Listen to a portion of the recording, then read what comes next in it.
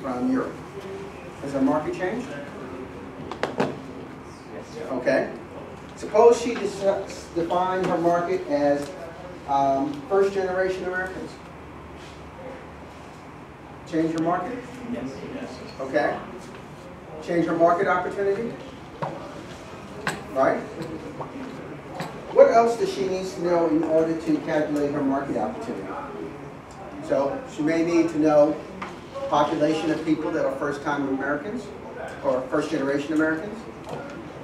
She may need to know the product or service that she is offering.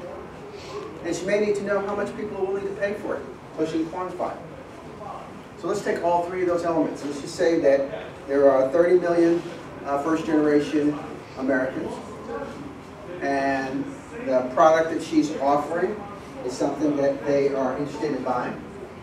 And each one of those people are willing to buy into, let's just say she's selling a one-time product. They're willing to put $10 behind it. Market, 300 million bucks. Good size market. Is that a market then that somebody would be interested as an investor in investing in? Why? Quantity. Quantity? The number of people. Okay. There's a back-end need, like you need to know English in this country, to be well, perform well. Okay, there's a need for it. There's a drive. Okay. Could be a growing market too. People keep on coming to the nation, so it's not just a one-time only. So suppose we had a different definition of the market, and let's say that her market was only 1 million people versus 30 million people. Suppose that was the difference, and suppose that that $10 now she's got a $10 million market as opposed to a $300 million market. Are you as excited about, and she's still got a fabulous product, she's got a fabulous offering. Are you still as excited about that market as you would be if it was a $300 million market? Maybe not as exciting. Why not? Well, because it's small. She's still got a great product. Yeah. So if it's a smaller market, but maybe there's potential there to expand that market and grow it. Okay. If you're an investor, what do you think about the $300 million market? Sounds Okay. like potential. A lot more potential. What else? There's going to be competitors, right? Mm-hmm. How much of a market share does she need to have if she's in the $10 million market versus the $300 million market to be successful? So in the $10 million market, she better have a really strong market share. If she's in the $300 million market, she can have a smaller market share and still be successful. That's why investors look to market size, because somewhere along the line, we're not going to believe you when you say we're going to dominate that market.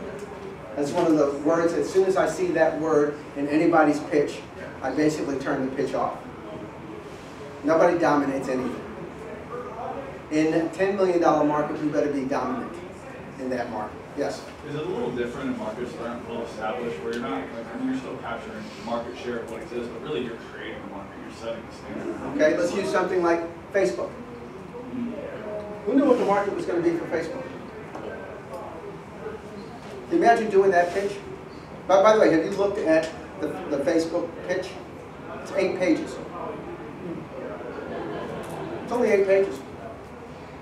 It's one of the smallest pitches per billions of dollars I've ever seen. How many pages are there usually? Hmm? How many pages are there? 15. But 8 pages got him millions of dollars of investment. But very, very hard to guess a new market or an emerging market. That's where it takes a little bit more time and work on your part. But let's just say that you have an existing market with dealing between a $10 million and a $300 million market. Can you see why it is more of interest for an investor to invest in a $300 million market than it would be for a $10 million market? You can make mistakes in a $300 million market. You can't make those mistakes in the $10 million market. Okay? You can you have more dials to turn as a business in a $300 million market. In a $10 million market, you better hit it first time out. If you miss, you may have missed your opportunity. It's one of the reasons why I was talking about scale. To think about broadly and expand your vision. So, we're going to spend some time talking about market opportunity.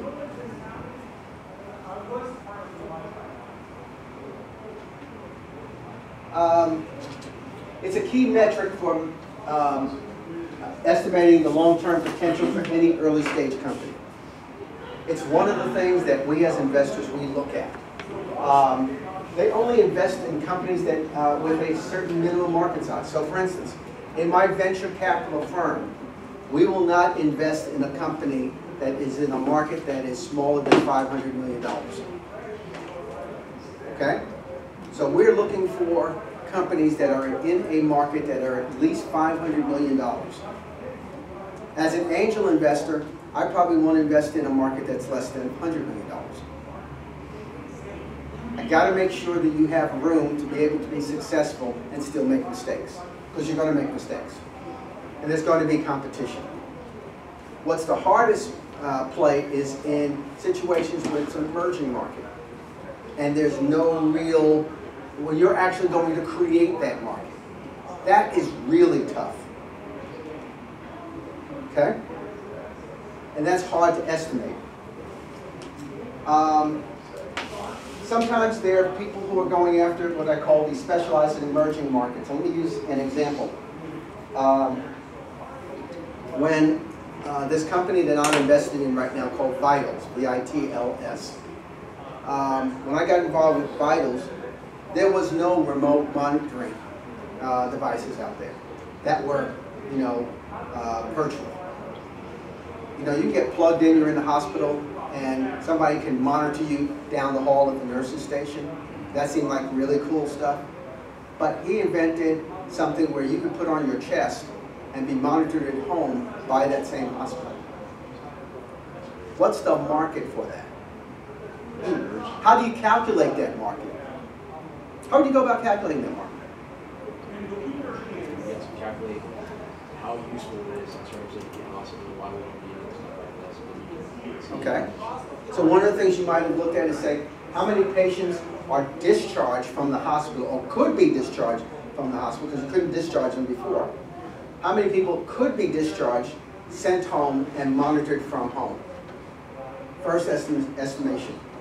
Okay? Secondly, how much would somebody pay for a product for that? Because in order to quantify a market, you've got to have number of purchases times some dollar amount. Okay? And how long would those people be monitored? Because there's some service associated with that. And there's a payment associated with those services. So in order to quantify an emerging market, you have to make a series of assumptions. And all of those assumptions are open for critique, evaluation. In other words, so you say that it's going to be X amount, and I'm going to say, I don't know, I'm going to cut that number in half.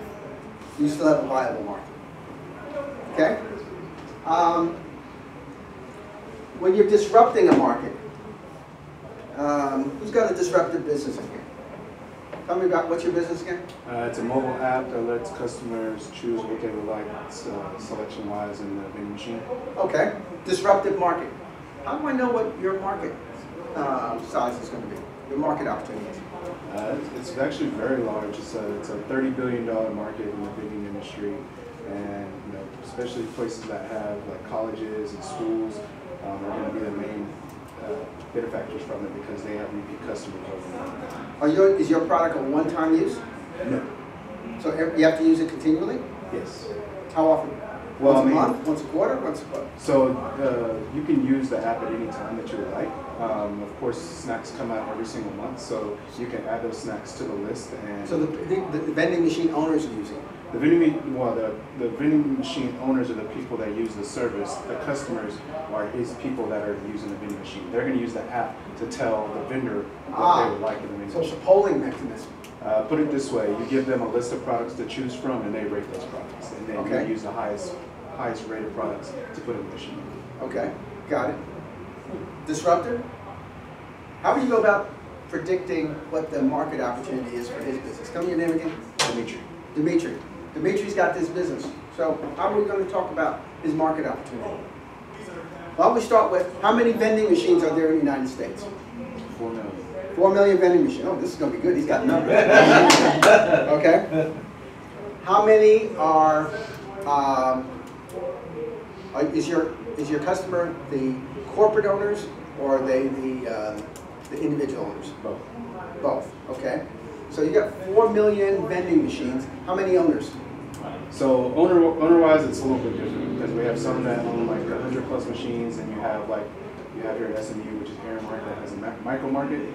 But I just want to say number-wise, maybe like 45,000 people, something like that. So 45,000 potential customers for his business. Okay. And how many of those vending machines are automated? Are you talking about credit card wise? What do you Automated so that because some of them are automated so they do automated stocking. So how many of them are automated? There's not a lot. There's about 20% that are like that. Okay, so 20% of that's about 9,000. Is that your real target market? Not really. Okay, convince me otherwise. So my business is a little bit different because it's not going to work at every vending machine. It's going to work at ones that are consistent customers that come over and over again. So that would be like college students, high school students. It's also going to be people that So you started out with how many initially? 40,000? 45,000. 45,000? Estimate. And now you're down to how many? I mean, you said this, you're not going to work with every vending machine. You're going to work with some segment. Colleges. Right. And how many of those? So I mean, if we're going to go back to where it was, it's like $9,000. But again, my business is going to be different because I'm going to have to go to the micro markets to reach out to all the people that originally were going to use the stuff. Okay, so you've got me down to 9,000 customers, okay? And then you're getting that smaller? No. Okay, so you're at 9,000. Are you excited about a market that's 9,000? Why? I think his business is very efficient. I mean, what he's doing with having customers in the core, picking like the right foods for kids to eat, is more. I believe in his market. Okay. Even though it's Is not it scalable? Yes, the United States wants to like. He just gave me his U.S. numbers. Yeah, but you could also take this overseas. Okay. So what's the global possibility for this? A lot. Okay. Okay, so I originally said 45,000. I'm going to put it around maybe 250,000. Okay. Maybes don't work. Okay. Okay. So let's just stick with the United States right now. So you got a 9,000 market, 9,000 customer market. Okay. What are people going to pay? So this is where you're going to have to throw. So you have a 9,000 customer market, but we're not really talking about what the average customer machines are going to have. So let's do it like this. You got the 9,000 customer market, and they have an average of 100 machines. Then you're going to put at least $10 a machine a month. And then you're going to put that out for the yearly for, what's that, $1,000 now times 12 months, that's $120,000. Is that correct? That's correct, yeah. Say yes.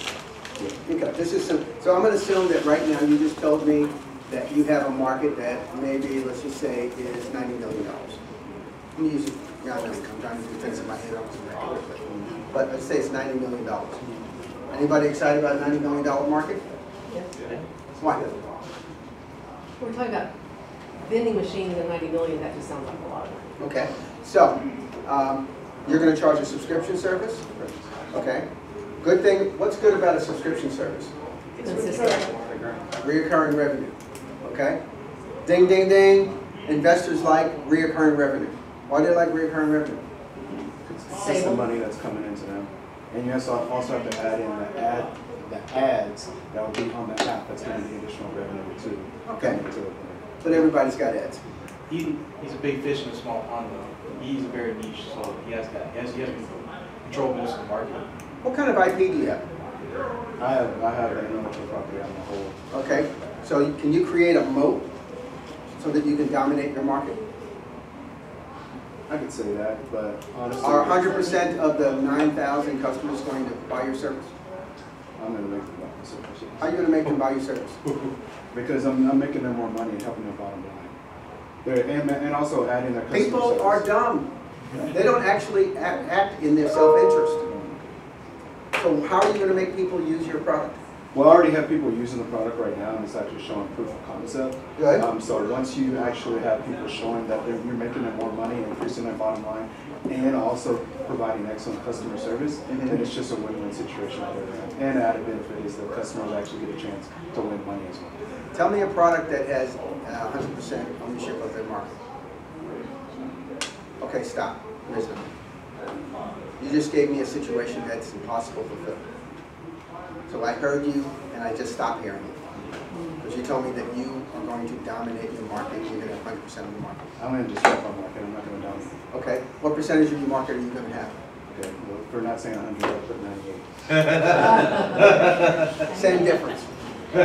Same difference. And the reason I'm pressing on this is to make a point. Nobody gets 100% of the market, even if they are producing, things that are going to extend our life into a bazillion years. There will be always people who say no. Some people, look at vaccines. Vaccines are going to save me from, whatever this corona thing is. There are people who say no. I'm not going to take it. So there's always people who are going to say, even in my best interest, I know this is great. It's going to make me more money. I really don't want to do it. I've been doing it this way for 25 years. I'm just not going to do that. That's literally vending. Okay, that is vending. Absolutely. People have been in the vending business forever. Okay? So, how are you going to estimate what your real market's going to be? So, I'm going to estimate it. I'm using, this is actual real stuff, because I'm actually going to be doing it here at SMU starting in August. This is going to be my first real rollout, because as of right now I have 300 vending machines in the 4 micro markets that are here in Dallas. But it's really going to be pulled off the revenue, the increased revenue that SMU is going to have just by using the app. Okay. So you're going to have a real market of, I'm just trying to get a number. I'm trying to figure out if I'm going to give you money. Oh, okay. And honestly, it really depends on SMU. I don't really know their numbers of what they do on their micro market right now, but I will know that. So what are you telling me as an investor? Okay. I'll be back. Or you can say, I'm estimating that my market's going to be this. I'm now doing some pilots to prove it. Okay? That's what you do say.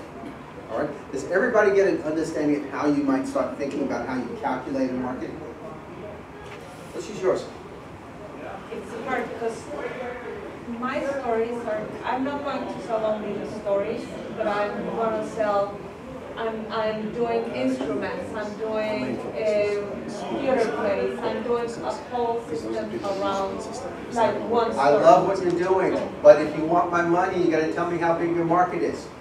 So that's let's why talk I'm about here. That's my, right okay. now, that's, I already know I'm going to sell to the schools. I already have a potential Campbell school. Is your customer in schools or are they individuals? It is the teachers that are going to sell. Can the teachers buy? It's the person in charge of purchases in the school districts for bilinguals, yes. Okay. Are those people in the buildings or are they in the headquarters? Headquarters. Okay. How many are there? Like 4 per a couple per district, okay. But there are tons of districts. So you multiply the person that really. So if there's 4 in the ISD, I got to convince 4 people. I got to convince 1. One, because and I know one in Campbell. That's the one that is in charge of picking the bilingual process. Okay. So you have how many school districts across the United States that have a presence of English, that have Spanish-speaking students? That's what I need to determine right now. Okay, so your research. Yes. That's okay. So if I were helping her try to determine her market opportunity, I would say, okay, so how many school districts are there across the United States that have students where there's a high proportion of Spanish-speaking or English as a second language, Spanish as the first language households in those school districts? Okay, that's where I would start. I also try to get a sense of how many students that represents. Does it represent 1 million? Does it represent 25 million? That helps me start quantifying a market. Then I'm saying to myself, products that are being used for enrichment of those students. What does that represent in terms of a market in the United States right now? You can actually research that. You can go in and see what is the market for enrichment products being offered to students K-12. So you can get a number associated with that, okay? Once you have that product, you say, well, where does my product compete? Where does it fit in to this? Am I really providing products that are more appropriately used from 3rd grade to 7th grade? I can then get a share of the market that fits my my product base. And then I can say, what's my reasonable share of that 3rd through 7th grade space? That gets down to your really sustainable opportunity market, okay? So we're going to walk through those tiers. I'm trying to be careful of time, because remember I'm standing between you and food. We're going to come back and spend some more time talking about that.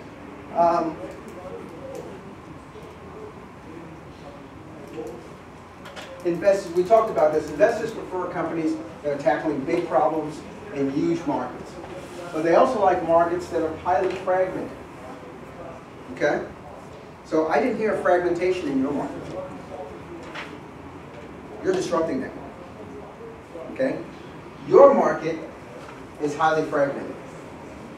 Okay? There are a gazillion education projects trying to do enrichment for kids who have Spanish as their first language in schools.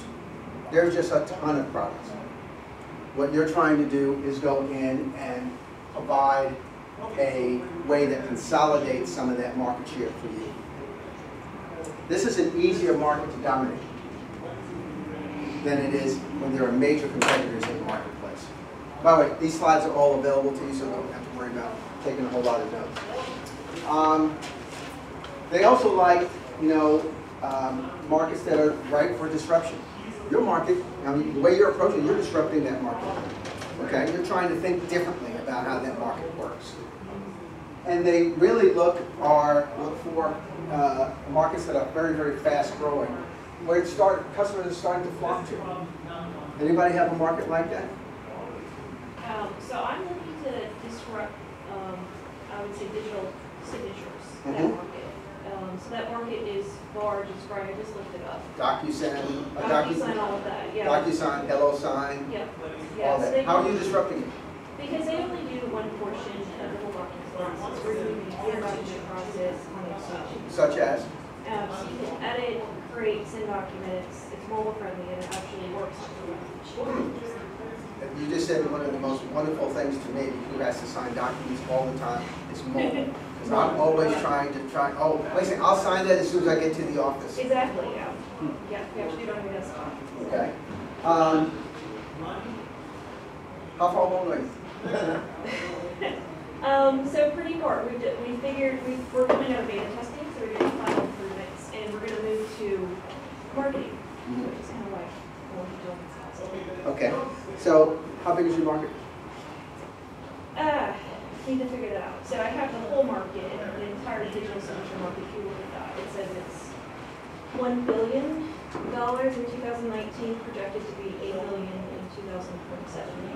I don't doubt that. Why? Because we're now working from home. Yeah. And everything is a digital signature. And digital management of documents is the way we're going. Yeah. That documents will live in the cloud, not in my file cabinet.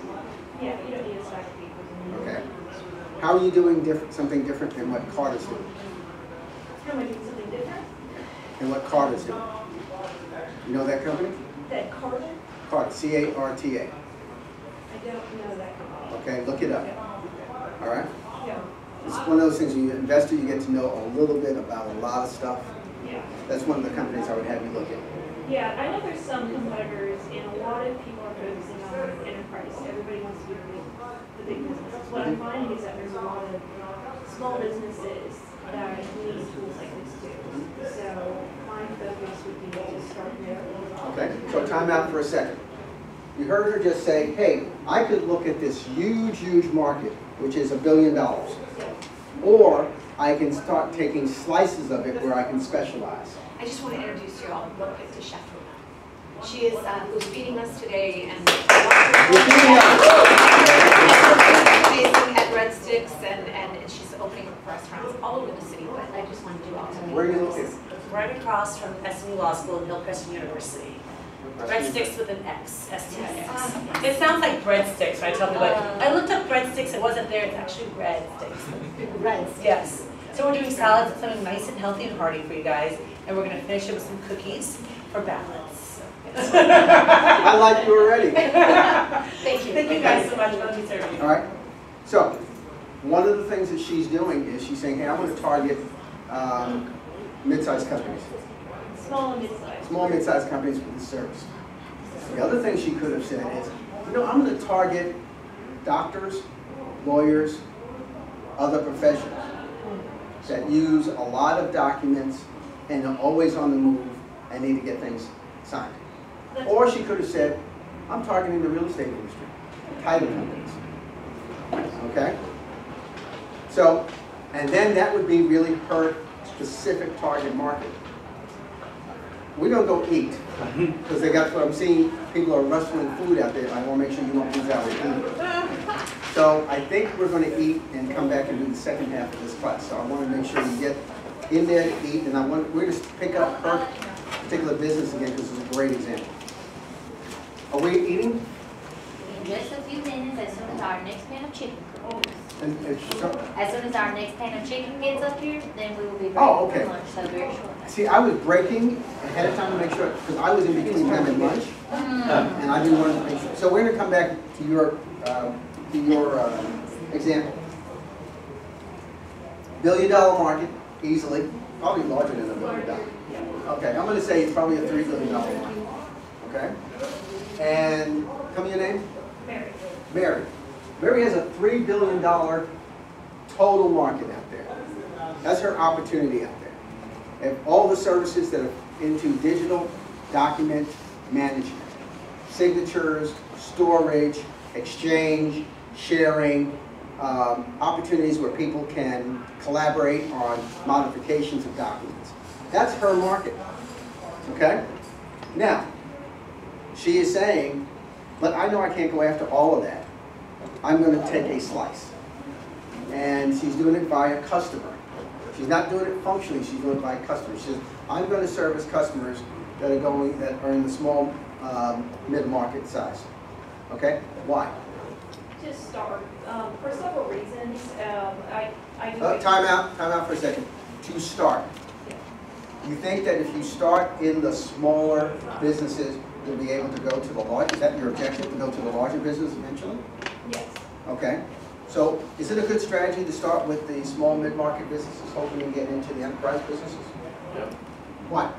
Just learn over there. You want to start with the first your customers. You want to start small, get your name out there, build up before. Then as she's building her company up, she can then go for, she has credibility. She has a lot of I don't know what companies she would come, but she has a name to her company. Okay. Are the major corporations going to believe her because she's been working with this table, small companies? Let's say you guys are all her customers, and you're doing fine, you're doing great, you're giving great testimonials. She then goes to pitch Texas Instruments, or she goes to pitch PepsiCo, or Tesla, or any of the other companies here, Uber. She goes to pitch them. What do they say? That's nice. It's nice that you've been working with those small guys over there. You don't have the industrial strength that we need. You say? Well, it's to start. The second reason is because in order to pitch to an enterprise type customer, you need to have certain security protocols in place, and we would need to spend a year developing those. Okay. So we really can't pitch to an enterprise yet. We can pitch to a small business. So you can say to me is what I want to do is I want to offer my product in these kinds of situations, knowing that I'm going to build up the infrastructure I need to be able to go into enterprise. Yeah. Okay? Different strategy? You like that strategy? Okay? That's how you need to voice it. Because if you voice it the other way, I think you're really focusing forever on small mid-market, and you're designing your product for small mid-market. And what you're telling me instead is, I'm designing my market for the future enterprise. I'm starting with small middle market so I can grow and get my learning done and build up towards where I need to be. Okay, big difference. Yes, sir? Is it common to pick a market that's too small initially and get stuck there? Yes, it happens very often. Companies will pick a market, they'll design their product and say, hey, I can't get to the enterprise today, so I'm going to design my product for this smaller market, and that's where I'm going to go. Now, that works if there's a tremendous amount of market opportunity there. If there's not a tremendous amount of market opportunity and you eventually have to get to the big boys, you're crazy. Because if you don't get to the big boys, at some point, you've just captured yourself in a box.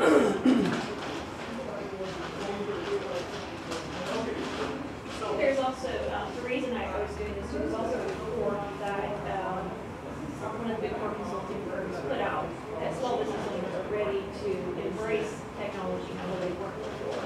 And the reasons was mainly security. So my whole team got their background in cybersecurity. So we made this tool extremely secure. So that was one of the reasons why I was working with small businesses.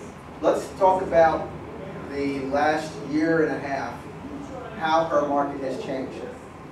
What are some of the things that have been happening in business over the last year and a half? Everybody working from home. People are working from home. What does that mean about documents? Everything's online. Okay, everybody has to share documents. People are collaborating on working on documents. Signatures happening in the office? No. Okay. What's happening to the wet signatures? Remember there was a requirement for wet signatures for certain documents? You know, when I wanted to send a wire, I had to show up at the bank and provide a wet signature. Where's that now? That's gone. What's happened to her market? It has blown up. Her market is now huge. It's sort of like telemedicine. Remember when telemedicine was this small little, you know, freaky thing off to the side? Now, where's telemedicine? The first choice. You're not feeling well? Are you going to go call your doctor and get an appointment 3 weeks from now? No. You're going to get on telehealth service and say, hey, I'm not feeling well, here's my symptoms, I'm on video, you need me to show you something, blah, blah, blah. And then I'm going to get my prescription sent into my pharmacy down the street. And by the way, they're going to deliver it to my house. That's the world we live in now.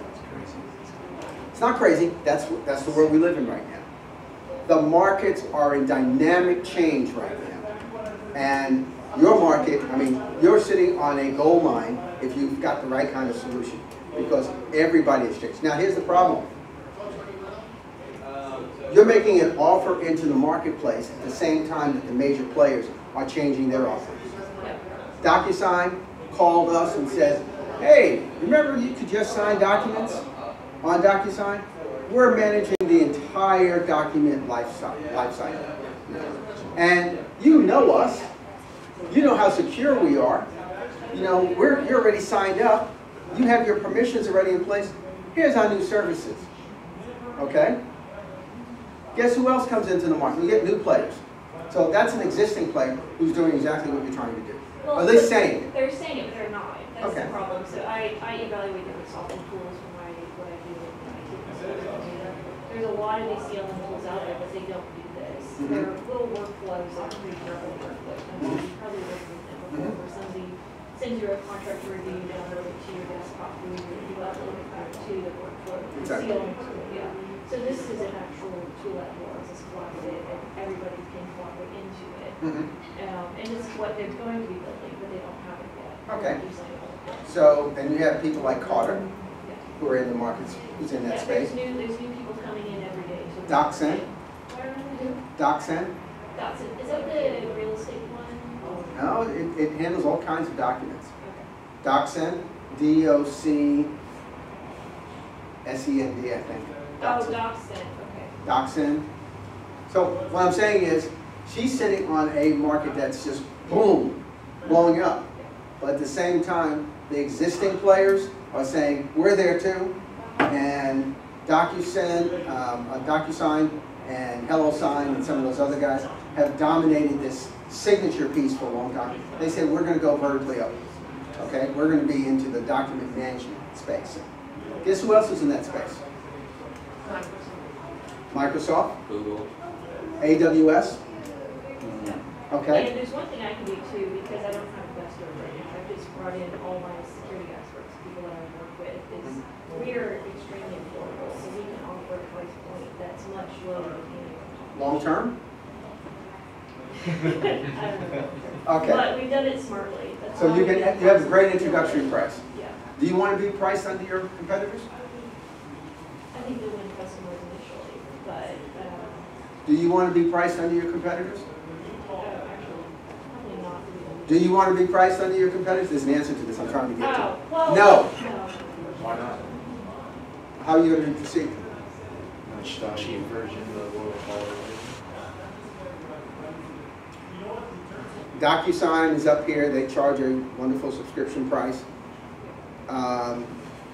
You're coming in. You may have a offering price to get to your initial sales, but you want to have a discount off of list.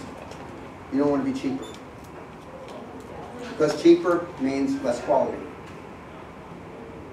You're trying to sell lawyers, doctors, major corporations. You want to be, I'm offering you a heck of a lot of services and security better than DocuSign at the same price. Yeah, because I've talked to my doctor who has like a system that's similar. They have he pays like $50,000 a year for it. And so this is, I could offer you something very similar. It's not For 50 grand. But it's not HIPAA compliant yet, so I'd have to. But you can get the HIPAA compliant and you can charge $50,000. You charge anything less, you're going to have a marketing problem. Good question. How come she doesn't work for DocuSign? Pitch that to. She could use DocuSign as a channel partner, but DocuSign would wipe her out. Okay? So let me tell you about predatory acquisitions, because I've done them. Okay? I have done predatory acquisitions. When I was at, I was in my corporate career, I'll just say that. We acquired companies and put them out of business. We were competing with our main stuff. I have acquired businesses when I was in the beverage business. I've acquired beverage companies and put them out of business so I could expand my market share, expand my shelf space. It's called predatory acquisitions. So DocuSign is not necessarily her friend. There are other people out there that might be her friend, that have a broader offering that she may want to white label. Do you want to white label? White label, which means she offers her product, somebody else puts their brand on it. Oh, actually, I'm in talks to do that with somebody, with another venture. He brings lawyers to people and he does advice. So he wants to use my technology as the tool for everyone to collaborate and cover up documents. Is that a good idea? So my opinion, what's your opinion on that? It'd be difficult to see is it going to be pigeonholed just to lawyers, then will he take that over, and then with the IP it becomes difficult if it's not fully set up, and then is it his company, are you owning it, how's it separated, and then is your growth attached to his growth only? So long term, I want to create a platform, a marketplace where everybody can sell their templates on it. Okay. So why would you ever do white labeling up front? If that's your strategy. Because he could be in one of our customers. Why not sell your brand? Do what? Why not sell your brand? Oh, well, no, he would be our brand, but he would just put his logo on it too.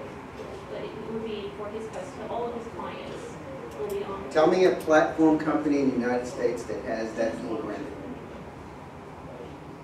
Just one. Well, HelloSign has to do it. Hmm? HelloSign. He used HelloSign Yeah, and has agreed to do that? I'm surprised. they do that. Very often when you're trying to build a platform, you don't co-brand because you're trying to build a platform.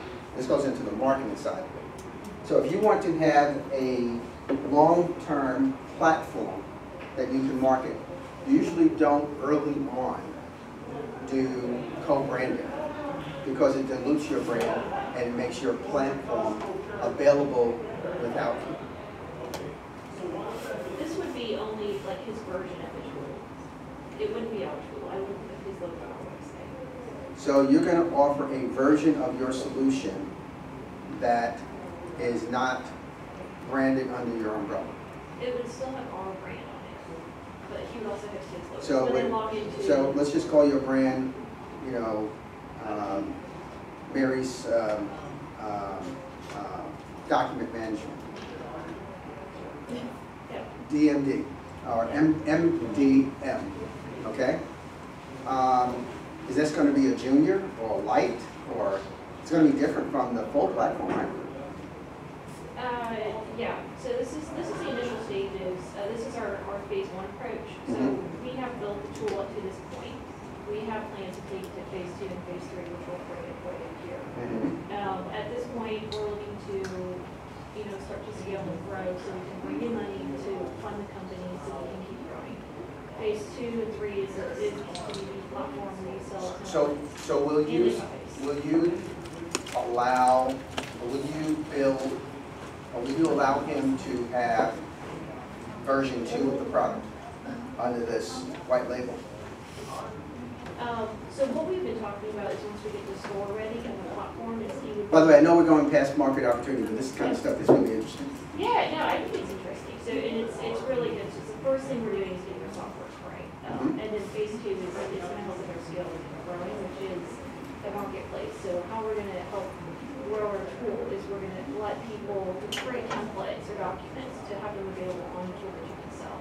So it's like LinkedIn Learning, anything else where you can, you know, you can sell a class and we would take a portion of that. So this company, this other startup and Warrior, who has access to a lot of lawyers, he could put his templates for sale in the marketplace. And then that marketplace he would bring his clients who would be using our tools. It bring users to our tool without us having to do the sales and marketing. Also, we get extra sales from the templates that people provide to it. Okay, good idea. I like it, but as I was listening, I felt a little confused just by how much stuff is going on with it. Like how many services your tool's offering, like the document management and the template marketplace and everything. Yeah, that's a phase 2. So right now we're focusing on the technology, getting the technology right. So as you see right now, there's a lot of players in the market. A lot of them don't know how to do it right. I did talk to a VC out in Boston that I know, and he said he had invested in a startup that he wasn't investing in anymore, that was trying to do this, and they were doing it wrong. So I think we built a tool that works, that's very usable for everyday people, and that's what we're trying to do. It's very usable, it works, and you can do it more quickly. So I was talking to our realtor the other day, and he uses DocuSign. But when he has to send out a contract for when his clients buy a house, he has to do going down to use 2 different tools to do that. So ours does everything on the platform is the goal. So it's seamless, easy, secure, and it's mobile friendly. And also saves on time too, because imagine not having to drive all the way home to do it, and then you do it from home. And your clients may win that house. They may not win that house, so you just got paid when you weren't going to get Okay. Since we have time, we're good to eat? Lunch is ready. Okay, we're going to go eat, then we'll come back and talk about TAM.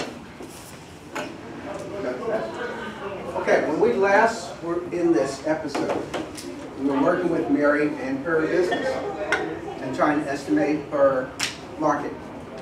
We thought that she had a huge market, right? Potentially a very huge market. And we thought that there were going to be a lot of existing competitors and new competitors in that space. Existing competitors trying to protect their flank because they have owned the signature market up to this point. And new competitors who are trying to get into the marketplace and create a position for themselves. And then there's Mary, right? So Mary, how are you protecting your market? How is your business going to be able to establish some degree of market presence in this market? Well, I think we just need to show our differentiation, how we're different from the current legacy players that are out there, what we do that they can't do. Such as? They only do the signature. They also have bought, if you look at them, a lot of the design and LSM have bought storage companies, so there's the signature and storage. So that's what they focus on. So I would tout our competitive advantage, which is the hiring process, for CCL management. So we've had you create and collaboratively edit any document. And that will, for any process that you have, place your business process, with our tool in it, and then security that we have cybersecurity experts with it. And then it also, so it does all these extra things besides just the signature. Would you do that for securities? Would you do that for securities? Stock certificates, convertible notes.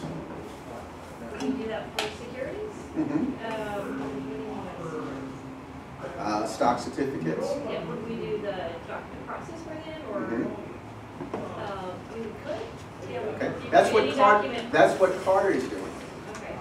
Your competitor. Okay. That's what they're doing, and they're doing it very successfully. Is that a market you want to be in? It's a market we could be in. I don't know if we want to be in it right away. Okay.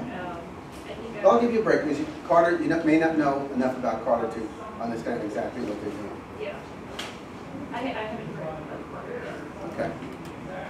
What feedback, what suggestions would you give Mary about being able to estimate her market?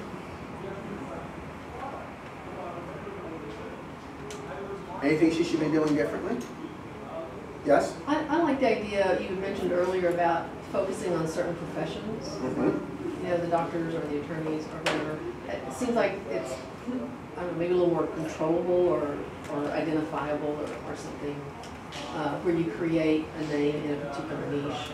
Now, expanding out of that niche, I don't know Okay. or how that works, or if it works, or do you want to, or yeah. I think it'd be interesting too with the COVID numbers from the SBA, looking at how many small businesses now are trying to do everything online, and then to see if you want to start there, then go to enterprise to say how many are there that had to make the switch to visualization this year, and how many are them are kind of struggling to find a solution. Because most of these are either enterprise or they're like for single service. Yeah. Like you said, the marketplace Notion has a very successful now marketplace where they can sell stuff. Yeah. And only paying $5 a month for a subscription versus $30, $50 each single time. That would be a big thing for you. So I think that'd be cool, and look at other technology platforms that function as a platform that have successfully done a market that now has millions and millions of users. Yeah, and to kind of build up upon it, I do think, I've talked to some small business owners who are now looking at digital tools that were not before. So I do think COVID has pushed this new kind of market forward that wasn't really there before. They weren't quite ready for digital tools yet, and now they're very open to it. So let me relate a situation I had the other day. I was about to send out a wire to make an investment. And my bank said to me, oh great, you've got everything, you just need to come down to the bank and sign. What was my reaction? Did I want to leave where I was to go sign, go down to the bank and park and go do a wet signature because they needed a wet signature? What am I going to do next week? Change banks. Okay? Because there's so many other banks that have developed online tools for wiring. That's the world we live in right now. And everything is going to be virtual, and everything is going to be where? In the cloud. So, Mary is taking on a market that is huge. She's got to figure out where she's going to play in that market, because not likely she can play all over in that market, because she's got a lot of very large competitors. The DocuSigns, the HelloSigns, Google, Microsoft, and everybody else is going to try and play in it. And why shouldn't they? They have something called Drive, OneDrive, you know, Box, what's the other one? Dropbox. All of those are in that same space when you really think about it. Google Docs. Google Docs is collaboration. Why can't we sign? Well, the problem with Google Docs, I don't know if it's yet, but you have permission to collaborate. So mine, you don't need it. And that's the free version of it. You can move the collaboration for free. So if you you just hear what she said? So she has a free product and she has a not free product. How does that go into estimating the market size? Free products, you're not going to make any money on. But it might be the attractive hook to get people into paying. Yeah, they're your customer leads. So they're the ones who are going to try and convert to paying customers. Okay. So we have limitations on how many documents we can operate on, storage, all of that, to push them to becoming. Do you imagine, Mary, that you will have individuals who are customers, or will it always be businesses who are customers? I think it's going to be both, because just as a mom, I get so many forms that I have to fill out for my kids. So like, you know, kids sports, everything. Every time I go there, I got to fill out something for some coach. So I talked to a coach recently, you know, who has all of these waivers that he's got to have filled out all of these forms. So there's a lot of different uses for this independent small businesses for that. They can have all of those forms, it's audible. I'm talking to a salon owner who owns a basic business. She's using it for that right now. And she gets audited every 3 months. So she has to have all of her waivers and all the documentation there. So she can show that with her tool. Because we also have a audit trail on each document. And this is a blockchain solution? Is your solution blockchain? It's not blockchain. Would you want it to be blockchain? We could do that in the future. Right now, it's, you know, we need to build on what we can get out there and to get our minimum viable product. Okay. So let's use our sanctified imagination. Let's think about we can take her product and expand her market. Suppose she was able to get into health records or health documentation. What would that mean to her market? A huge market that just went even further. Okay? How many of you wish you could carry your health records on your phone? Everybody. How many of you have been in a situation where you're sitting down filling out the same forms because you're starting with a new doctor again? How many of you would like to go, hey doc, where's my forms? Okay? How many of you would like to be able to sign permissions or do whatever you need to do in the healthcare world by just being able to exercise a platform on your phone? Gee, you're getting some interest in expanding your market. No, yeah, I think healthcare is very interesting. We have to do that. Just something I want to look into. But there's a lot of, and just even just talking to my doctor last week or something about this, we're working on the tool is I constantly have to send them this form that the long term constantly sending them. So a tool like this, or any sort of digital tool, can cut down on all of those you know, this non-value added activities in his office. Okay. I'm going to switch back to actually teaching something for a little bit. We have 3 terms. Who wants to try definitions? Total addressable market. Is that like everybody? Okay, let's start. What's the total addressable? And this is very important. You're going to have communication with investors or even amongst yourselves. You're going to need to use these 3 terms. So let's see if we can start with a definition. Total addressable market, what do you think it is? I'm going to show you the answers in a moment. I want you to start with what you think it is. I know we talked about she did get doctors, lawyers, this and that. Would it just be the absolute totality of everyone in product that they're using? That's a good example. Okay? What's the serviceable addressable market? We talked about like this entire industry for DocuSign is billions of dollars, but she's not going to reach all of that. So once you actually go into service, whether it's lawyers, healthcare, whatever, that's more serviceable. What's her attainable market? What percentage of that market could she actually get? So you said you can never get 100%, so she can only get. You've been reading my slides. So that's a pretty good definition of what we're working with. So let's play with this for a while. Total addressable market.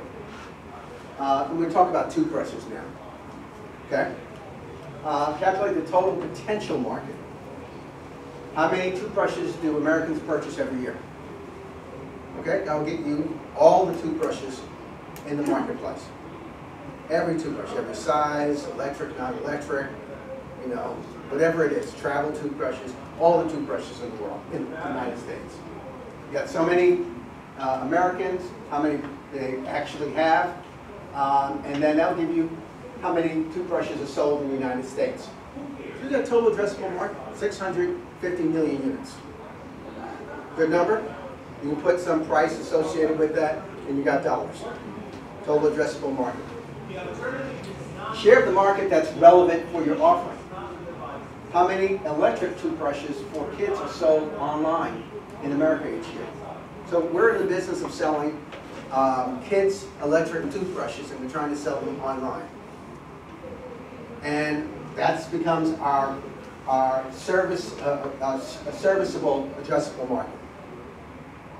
That's the percentage of the market, the total addressable market that we can actually play in.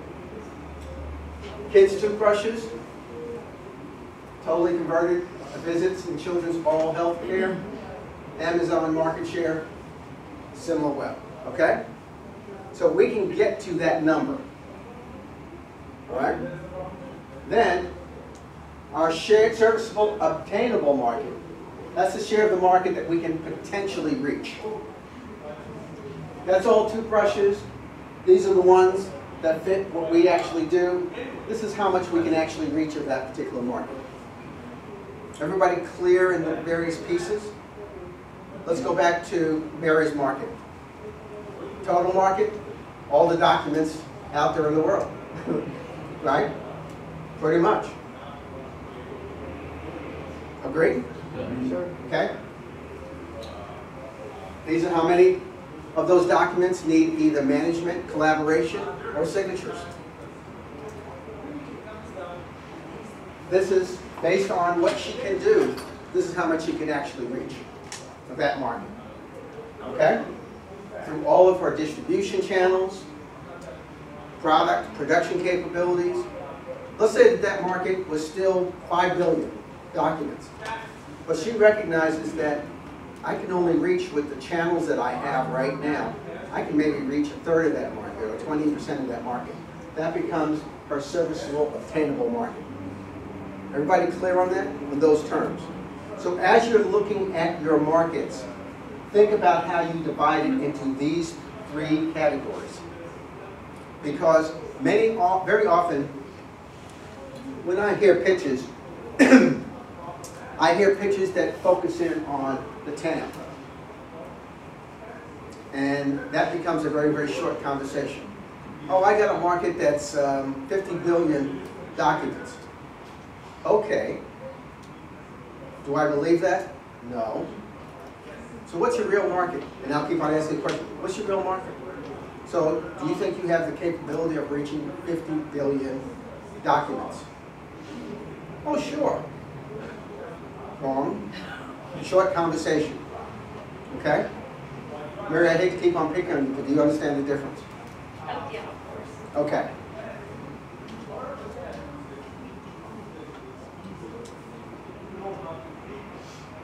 So, again, how you calculate these. Add up figures for toothbrush sales per grocery chain, pharmacy, or retailers. So let's say you had access to all that information. You can figure out how many toothbrushes were sold from all the particular points of sale. Or you can figure out how many toothbrushes were purchased by the average person, multiply by the number of people, then multiply by a dollar amount. That will get you to a market figure. So that's the total number of dollars in that particular market in the United States. Clear? Simple? Easy? Good.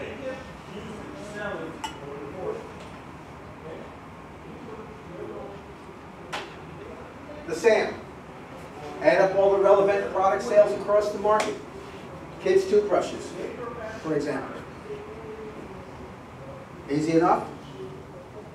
All right? By the way, Portia makes all these other kind of funny designs and things. That's not me.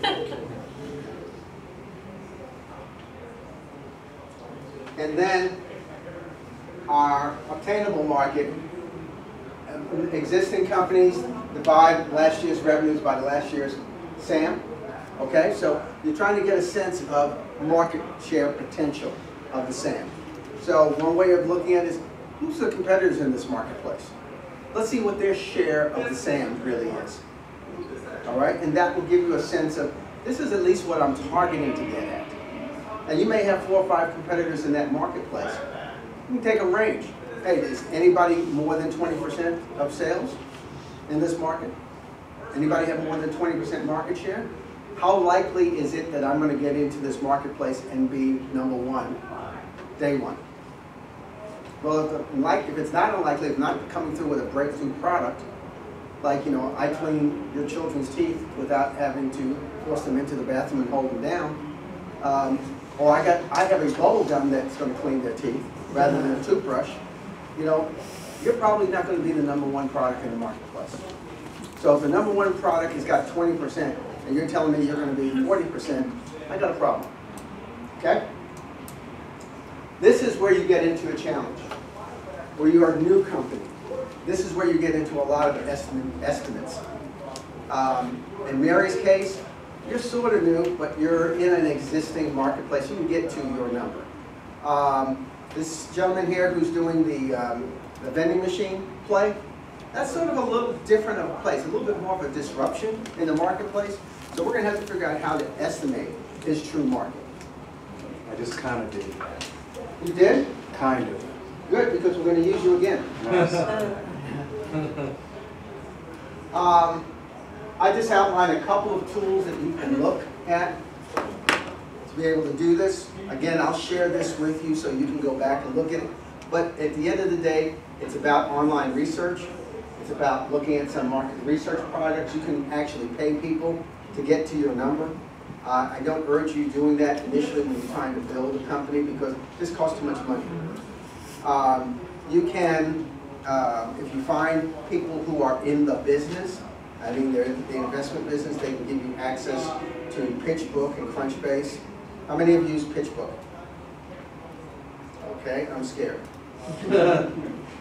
PitchBook is the Bible of small and middle market business investment. I hope the university has a subscription to it. It'll help you work with your numbers. It'll help you understand competitors. It will help you figure out sales of your competitors, all those kinds of wonderful things.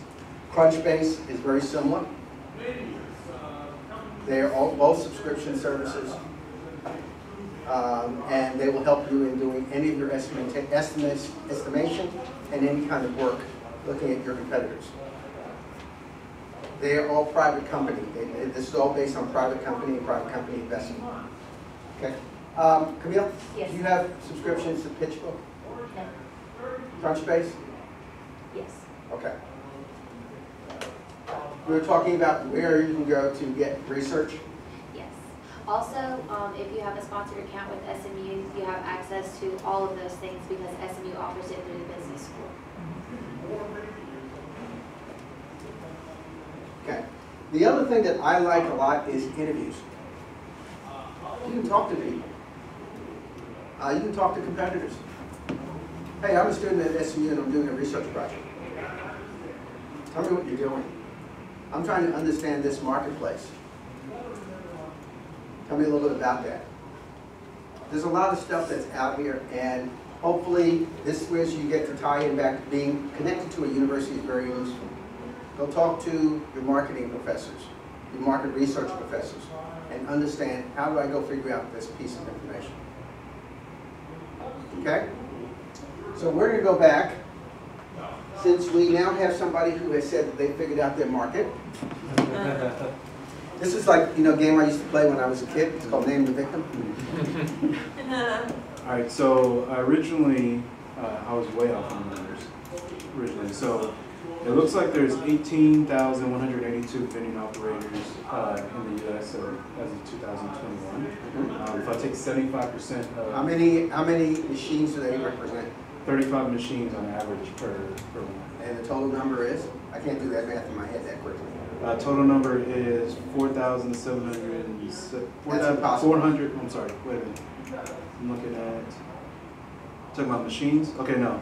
So if I did 18,182 people have it. 75% of that is what I'm going to capture in actual customers, which ends up being 13,636. If you put that times the 35 machine average that they're going to have, that's going to put you right around 477,000. Yeah, 477,260. So just so that we do the math, you got about 500,000 machines that you're chasing down. Yep. Okay? Good size market? Okay? How many dollars?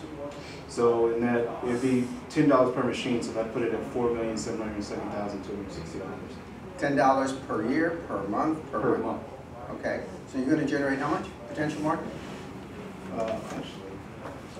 Ooh. Yeah. Math is not a strong suit. Get a Math, if you're an entrepreneur, math is your strong suit. If you're an entrepreneur, math is your strong suit. Did I say that again? Yeah. So I put it 40. What's the language of business? Number. What's the language of business? The language of business is finance. And being able to know your numbers strengthens your position with any investor. If you're telling me, oh, I think it is, it sounds like, or I'm estimating, I'm guessing, you don't know your numbers. Yes? Would you say the math with business gets pretty complex for an entrepreneur, or is it usually just simple operations with big numbers? I think if you stick to what you really have to know, the numbers in entrepreneur land are really very straightforward. Because I don't want you to become accountants. There's a big difference between finance and accounting. Accountants have to know individual small numbers and they know why. And you have to understand your business model. But you need to understand what are the drivers of finance, your revenue, what are the drivers of your core expenses, what are the drivers of your EBITDA or profit. You need to understand what builds assets, what are your liabilities and how you keep them in balance. And you need to understand, particularly if you are taking money from investors, what increases your share price or the value of your company.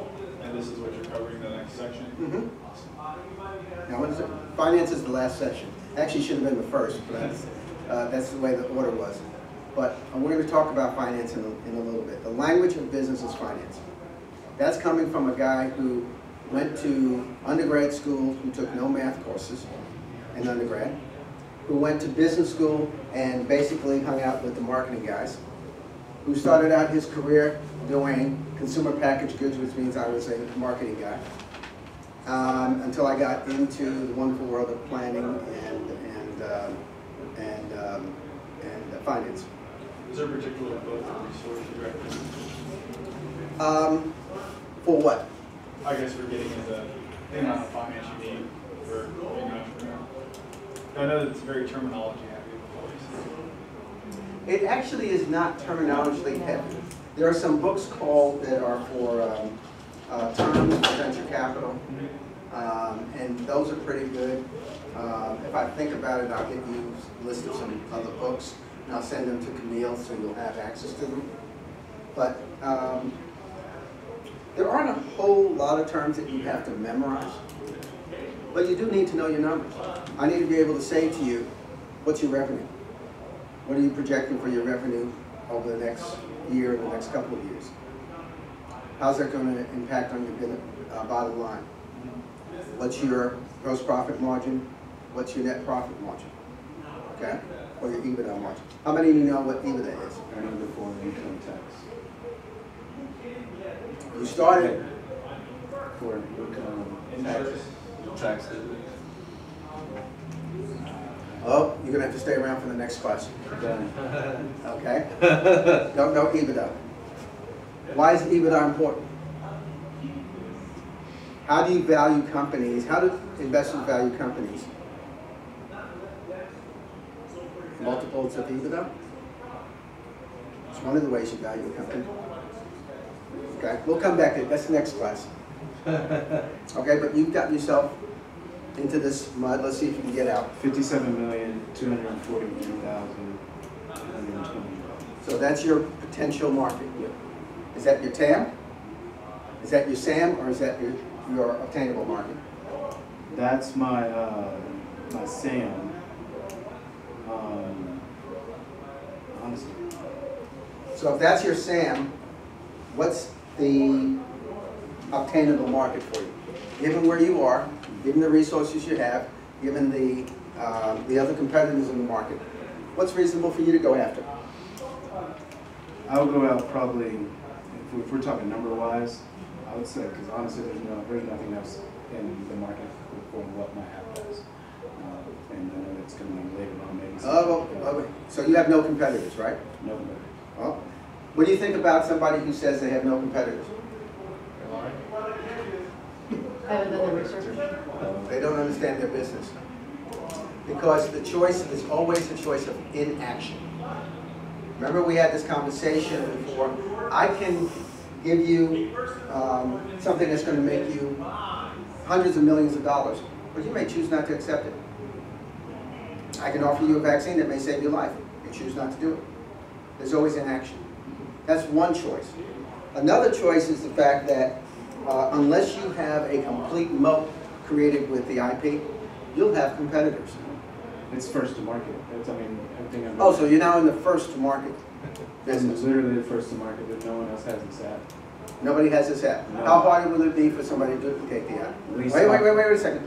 You're the developer. How quickly can somebody develop this app? So when I do IT consulting, so typically it takes a year Yep. to do it. My team did it very quickly. Your team did it in how long? 2 weeks. Okay. Because they were very much, they're co-founders. So if you motivate me and you're making a lot of money, I can duplicate you in 30 days. Okay. Okay? So tell me what it is that you have that is so special that's going to prevent me from being able to duplicate it. One, I have intellectual property on what my app actually does. There's no rating system for vending machines at all. Hard to create? Hard to create? It's not hard to create, but you cannot duplicate it. You cannot. Hard to create? Could I come up with another? Yours is 1, 2, 3. Mine is A, B, C, D. You can try. Okay. So if you're making a lot of money, you're making $57 million, is that enough incentive for me to go try? I think what I'm saying to you is, do not go into a marketplace assuming that you're going to be the only one in the market, no matter how good your product is. No, I understand. Okay?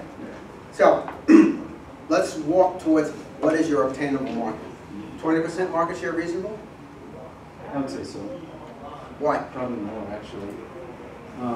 This is the thing, like, going with what I do and the increase of revenue that's going to happen, it's going to be all word of mouth. So you're not having to spend any money to get customers? The only way I'm getting customers because I'm knocking on doors. Okay. How many doors can you knock on a day? I can knock on 100 doors. And that's not me just throwing out a BS number. I've done it. Okay. I'm in sales and all that. So Okay. No, what I'm saying to you is, here's the thing that you want to do as you're trying to put together your market, is saying, what tools do I have to go reach my market? So for instance, if you said to me, you know, Greg, I have gone to the 3 largest vending companies out there. They've already said that, you know, I have contracts pending to, you know, to go with them, and they represent X% of the marketplace. I'm excited then, because then I know that his potential market is very strong because they've already gotten a portion of it already signed up. Okay? So what I look for and I listen for is, what have you done or what have you created that allows me to feel really good about the size of the market that you're pursuing? Okay, so in the last year, I have obtained 300 plus vending machines, 4 micro markets, and also going to roll out here to SMU. I have shown that this is going to increase revenue 10 to 35% of the vending machines that I've used as of right now. So it's shown, again, proof of those results been published? Though I have those results on my laptop information. No. Have they been published? Oh no, I don't have anything postable that can be shown. Okay. How many vending industry magazines are there out there? Not really. There's Vending Connection, which is actually online. It's not Okay. a magazine. So So there are a couple of vending publications, at least I know of, that are out there. So again, one of the things that would also help me feel really wonderful is, hey Greg, by the way, the results of my pilot are being published, or there's an article coming out, and this is going to give me publicity, and this is going to help drive my market. You see what I'm doing? And also I can be saying I'm going to be showcased at NAMA, which is the largest vending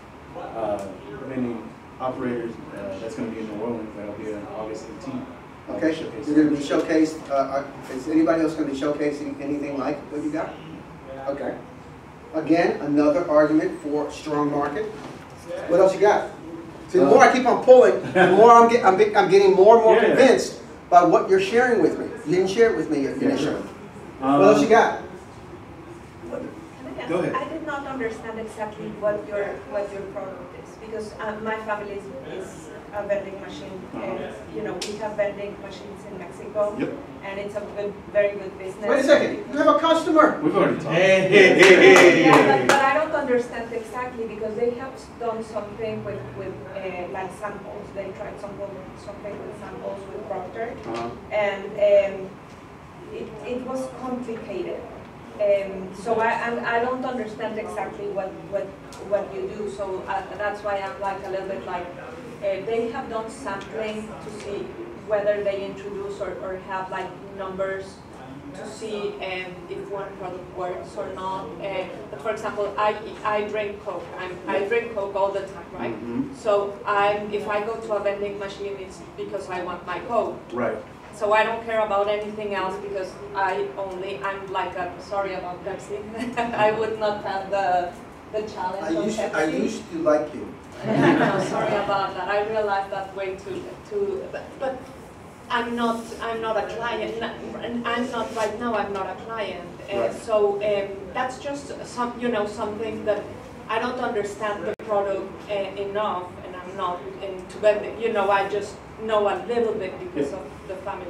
To kind of chop it up, put it this way. So instead of going out and buying products and hoping they sell, you take every single product that's at a Sam's or Costco, put that on a list on an app, let your people rate the products on that app using a 5-star scale. It's going to average out in the back end and tell you what the highest rated product is for how many people. So say you have 200 products and you have 2 vending machines on 2 separate floors. You give them that same 200 product list, this floor is going to want something totally different than what this floor wants. So instead of putting stuff in there hoping they sell, you know exactly what the customer wants. What's been your success rate in actually having people use the app? Does that make sense? Yeah, so this is the thing that's worked. Like, so originally when I started, I worked with just vending operators that had vending machines. Vendors are very in their place and stuck in what they're the ways that they've done because they're so used to it. So they would just slap my sticker on a machine and hope that everybody's going to go and download the app. It doesn't work that way. How it works, which I did and I switched it, is I took it to the micro markets, because people that own micro markets already have money invested into a micro market. So what I do is I go to that micro market. So I have one that's at the Home Depot location, distribution center that has over 500 employees there. I go, stand there, tell them how the app works, and say, hey, you can also earn $25, $50 just by using this app. And then not only are you going to get a chance to use the app and get your favorite products here, you're going to actually get cash in here just for giving your opinion. Everybody likes to give their opinion. And the big benefit of this, and which is what I was talking to her about earlier, it's all about time. It's not really about the product. Imagine not having to stop at a gas station when you're going to work because you know one of your favorite products, like Coke, even though that's a common one, is sitting at work. So that 10, 15 minutes that you had to stop and get in traffic to actually do that, you're actually not going to do that anymore because it's at your location. Okay. Who have we not taken advantage of here?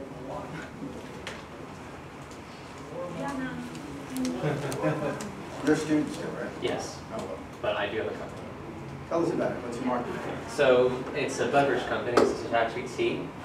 It's a what kind of tea? Sweet tea Okay. company. So basically, the big problem in the tea industry that they're high sugar, or that they have diet sweeteners that are aspartame that are not good for you, so they're not even stevia. And then you have foreign tea imports that are all very unethical labor. And millennials and Gen Z are going to be the biggest markets by 2020, and they care about ethics and sustainability. So we feature American tea. Jack Sweet Tea. Our slogans make it a habit. It's a none is the figure piece. And so we have a type which is sweetener. It's a very fun brand. What kind of sweetener are you using? So it's a combination of monk fruit and some other healthy alternatives, and using organic flavorings. Which means it's expensive. It is a little more expensive, but the thing is, when you're now having 110 million U.S. adults with diabetes who can't have those low-calorie sweeteners, you have all the studies coming out that aspartame, things like that are very bad for you. It's starting to be a very big movement towards having those health-conscious options. And so we are looking at sourcing American-grown tea, so we almost have an American-grown tea versus having imported from Asia and India. So that is not only capitalizing on a trend of very much going local, American-sourced stuff and produce, but also being ethical and sustainable, which is a big thing for the Gen Z and part of our target demographics. Also much higher quality tea for the tea lovers versus it's called Fanning. It's the really low quality tea that they use in most, like Lipton and stuff, but actually better quality tea. Those are steps.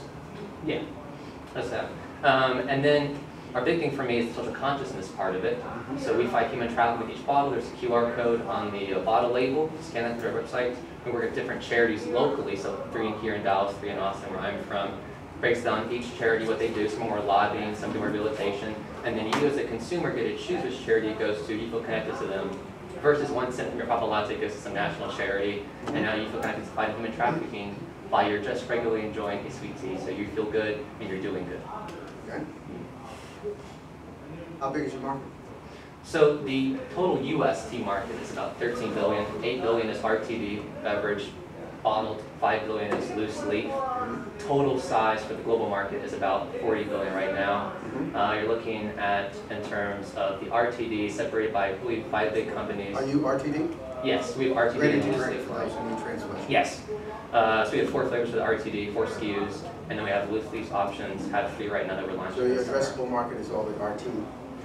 It's the RTD, but specifically I'm looking more at not Lipton, because they're a very low quality, economical tea, but more something like Teavana, which has about $300 million right now in sales and is growing, and that's where the Gen Z and millennials like more of the herbal tea, a more kind of premium oolong than just a $1 cheap black tea. And then with the sweetener, I'm talking to some flavor people in Vegas that do the flavor combinations and everything, because like I talked about, $110 million or 110 million U.S. adult with diabetes, that's a growing market, so having an actual sweetener package as a way to call our sacrilegious sweetener that you can put in cocktails and water and tea, whatever you want to do with it there. But the primary tea market is that, I think it's about 100 million with the U.S. what had the pre-diabetes or diabetes with U.S. adults. Okay. Comments? What do you think? What did you think about his description of his total addressable market, the serviceable market, and what he believes is his obtainable market? What was your obtainable market? The obtainable market is looking at the 300 million for Teavana, which is the closest alternative, and they don't have the sweeteners. So looking at basically the testing I've done so far, looking at HEB and Whole Foods and the other distributors I've been looking at, and D2C is looking at about 20% I can capture, and then looking to grow from there in terms of getting into HEB and starting to take up shelf space. And from there, it's talking the numbers when you get to the initial shelf space to see how it's actually doing and what you can capture from people saying, okay, I'll buy your brand now, and now you're a loyal fan, versus trying to capture them over and just say, oh, let's buy any tea at the market. Okay. What do you think? Wow, that's interesting. You like his description? Yeah. What are the holes? Any holes? I think the biggest hold right now is trying to get data on how much I can actually cover. And so in terms of, he has a 300, looking at all these different examples. How do you go to market? So the market I'm doing right now is I'm launching the SMU in the fall, their R mark, and then if it goes well there, they're allowing me as a college student, R mark. So they sign contracts, yeah, Christoph, they sign contracts university-wide for you can only carry Coke or Pepsi.